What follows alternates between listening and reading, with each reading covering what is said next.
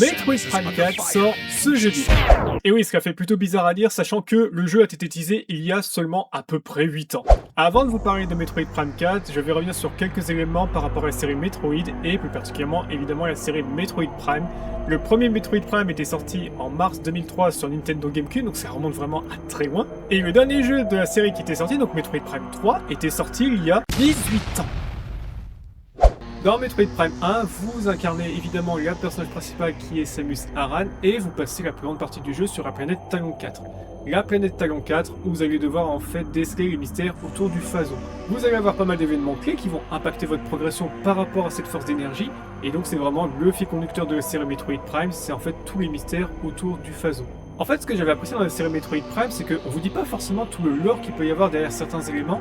En fait, c'est vraiment à vous, au fur et à mesure de votre exploration, de découvrir tous ces éléments au fur et à mesure, et le lore se dévoile à vous petit à petit, au fur et à mesure que vous explorez, au fur et à mesure que vous analysez aussi des éléments. Et cette mécanique-là, donc, est aussi présente dans Metroid Prime 2 et aussi dans Metroid Prime 3.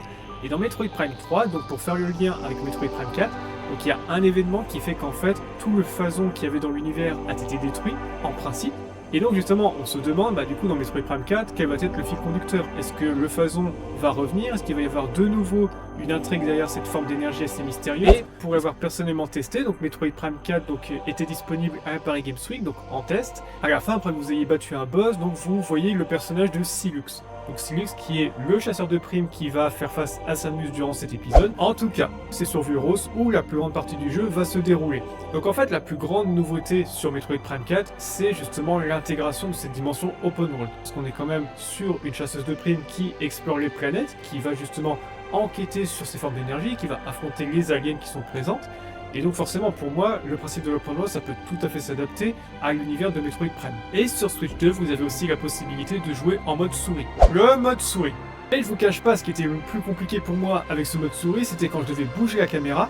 Donc forcément sur un jeu comme Metroid Prime où il faut tuer des aliens qui nous viennent de droite et à gauche et même de derrière, forcément quand vous avez du mal à bouger la caméra avec le mode souris, c'est pas forcément l'idéal. Mais encore une fois, par rapport à toute l'attente qu'il y a derrière ce Metroid Prime 4, par rapport à tout le travail qui a été fait de la part de Nintendo pour nous donner enfin ce Metroid Prime 4, on est vraiment en droit d'espérer beaucoup de bonnes choses de la part de ce Metroid Prime 4 en termes d'innovation et en termes de lore. Donc moi en tout cas je suis quand même assez optimiste par rapport à ce Metroid Prime 4 et évidemment donc je le testerai dès sa sortie. Metroid Prime 4 sort donc le 4 décembre, c'est-à-dire demain. Je ne l'ai pas mentionné mais évidemment dans la série Metroid il y a aussi d'autres volets qui mériteraient aussi d'être mis en lumière, donc en dehors de Metroid Prime, donc comme par exemple Metroid Other. Et à la prochaine.